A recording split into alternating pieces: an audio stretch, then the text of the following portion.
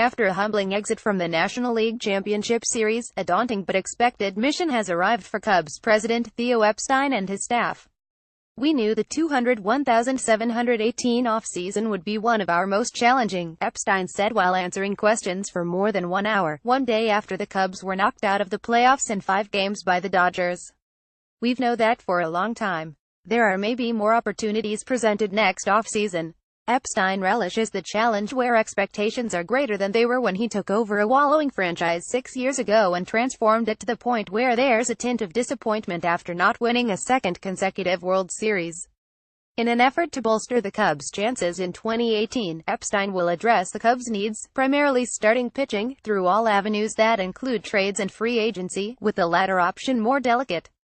"You don't want to make a living or habit out of trying to solve your problems with high-priced pitching free agents because over the long run there's so much risk involved that you can really hamstring your organization," Epstein said.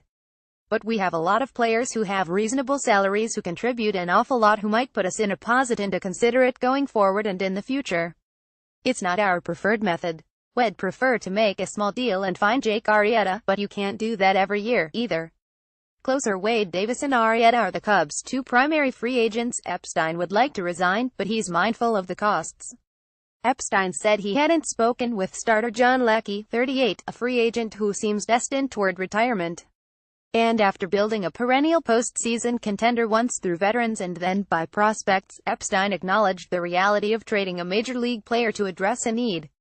"It stinks to give up a good player," Epstein said. "But if you think that way, you'll never make any trades and you have to focus on what you're getting back. The flip side is that trades are really hard to make. The Cubs may have no choice but to trade at least one of their young outfielders to acquire a pitcher." Left-handed hitter Kyle Schwarber could be a perfect fit for an American League team, but Epstein spoke optimistically of his 24-year-old slugger's upside. "The fact he hit 30 bombs in a bad year is a good start," Epstein said. "But power is not everything. He fell into more of becoming of a slugger than a hitter." Versatile switch hitter Ian Happ, 23, also attracted scouts, but Epstein marveled over Happ's relentless desire to improve as a hitter and defender. "He wants to be great," Epstein said. Epstein was blunt about the need for the bullpen to reduce its high walk rate that haunted them. "Come on, we have to be a lot better than that," said Epstein, adding that he might seek pure strike throwers. The Cubs managed more than 5 runs a game without a full-time leadoff hitter during the regular season, but the lack of seasoned at-bats surfaced during the NLCS as the Dodgers held the Cubs to a .156 batting average and hitless in 14 at-bats with runners in scoring position.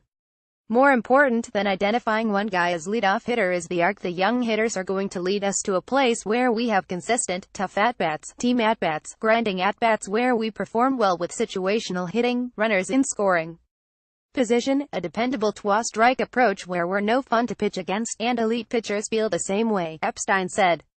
During several exit interviews with players, Epstein made a distinction about their physical and mental state that started with a short off-season and became more challenging with a draining 5-game NL Division Series followed by a 12-hour odyssey to Los Angeles to open the NLCS. "Fatigue is not a primary factor, and it's not an excuse," Epstein said. "But admittedly it was a trying season.